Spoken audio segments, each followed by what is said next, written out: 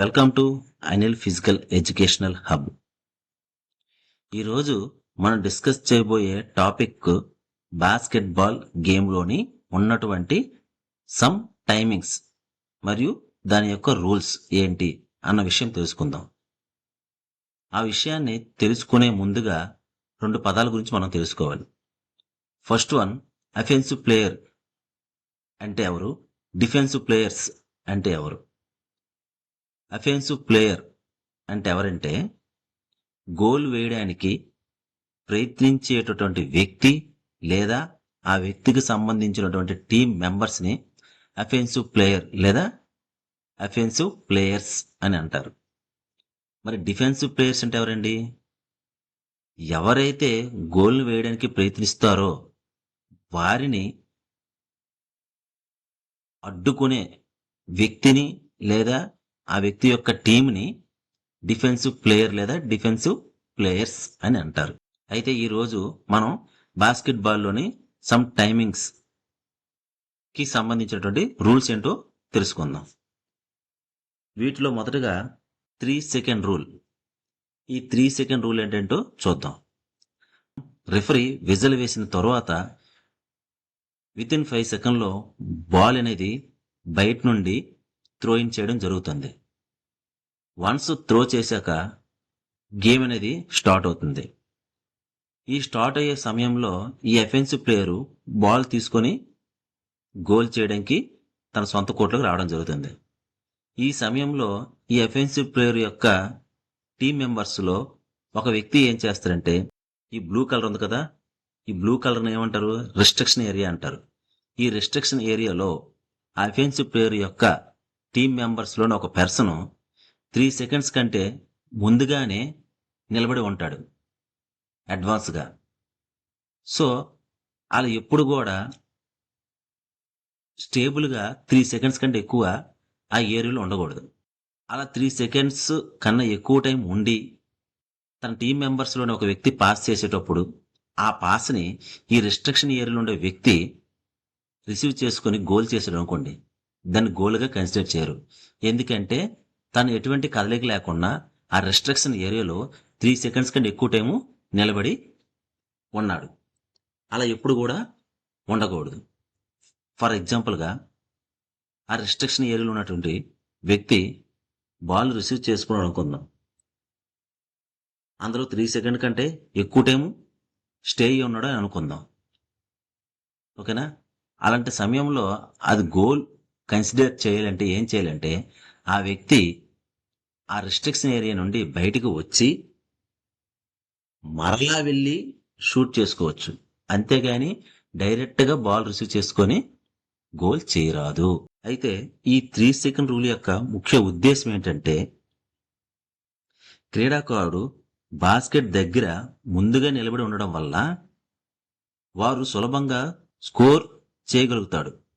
అలా జరగకుండా ఉండడం కోసం పెట్టినటువంటి రూలే ఈ 3 second rule. Next 5 second rule. ఈ 5 సెకండ్ రూల్ ఏంటంటే 3 విషయాల్లో ఉపయోగిస్తాం. ఒకటి, ఆఫ్టర్ గోల్ సమయంలో ఎండ్ లైన్ నుండి రిఫరీ విజిల్ వేసిన తర్వాత బాల్ అనేది వితిన్ 5 సెకండ్లో త్రో ఇన్ చేయాలి. సెకండ్ టైం ఎప్పుడంటే, ఏదైనా ఫౌల్ జరిగేటప్పుడు బాల్ అనేది ఆపోనెంట్ టీంకి వెళ్తుంది. ఆపోనెంట్ టీం ప్లేయర్స్ ఏం చేస్తారంటే సైడ్ లైన్కి వెళ్ళి వితిన్ 5 సెకండ్లో త్రో ఇన్ చేయాలి. థర్డ్, సమ్ పర్సన్ డ్రిబ్లింగ్ చేసుకుంటూ వెళ్తారు. డ్రిబ్లింగ్ చేసుకుంటూ వెళ్ళిన సమయంలో డిఫెన్సివ్ ప్లేయర్ అనేవాడు తను డిస్టర్బ్ చేయడం వల్ల బాల్ని హోల్డ్ చేయడం జరుగుతుంది. ఆ హోల్డింగ్ టైం అనేది 5 సెకండ్స్ కంటే ఎక్కువగా ఉండకూడదు. ఆ సమయంలో ఆ పర్సన్ ఏం చేయాలి, వేరే వ్యక్తికి పాస్ అయిన ఇవ్వాలి లేదా షూట్అవుట్ అని చేయాలి. అంతేగాని మరలా డ్రిబ్లింగ్ చేయకూడదు. అలా షూటింగ్ చేయక పాసింగ్ చేయక తన చేతిలో 5 సెకండ్స్ ఎక్కువ టైం ఉండిపోయింది అనుకోండి, రిఫరీ విజిలేసి ఆపోనెంట్కి బాల్ ఇవ్వడం జరుగుతుంది. ఇది 5 సెకండ్ రూల్. 8 second rule. ఈ 8 సెకండ్ రూల్ ఏంటంటే, మనం ఎండ్ లైన్ నుండి రిఫరీ విజిల్ వేసిన తర్వాత బాల్ అనేది విత్ ఇన్ 5 సెకండ్లో త్రో ఇన్ చేస్తాం. త్రో ఇన్ అయ్యాక ఆ రిసీవ్ చేసుకున్నటువంటి ప్లేయరు లేదా ఆ టీం మెంబర్స్ విత్ ఇన్ 8 సెకండ్స్లో ఆఫ్ కోర్ట్ దాటాలి.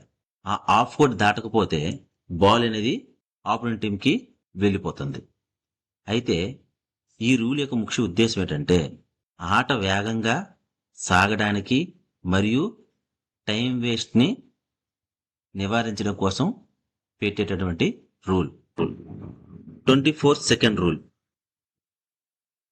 రెఫరీ విజల్ వేసిన తరువాత విత్ ఇన్ 5 సెకండ్లో అఫెన్సివ్ ప్లేయర్ అనేవాడు బాల్ని త్రో ఇన్ చేయడం జరుగుతుంది.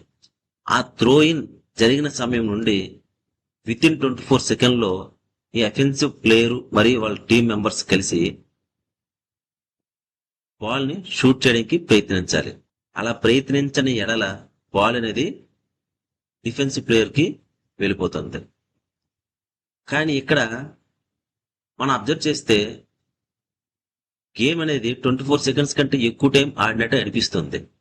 దానికి గల కారణం ఏంటంటే ఈ అఫెన్సివ్ ప్లేయర్ యొక్క చేతిలోని బాల్ని డిఫెన్సివ్ ప్లేయరు టచ్ చేయడం వల్ల మరలా టైం అనేది రీస్టార్ట్ అవుతుంది.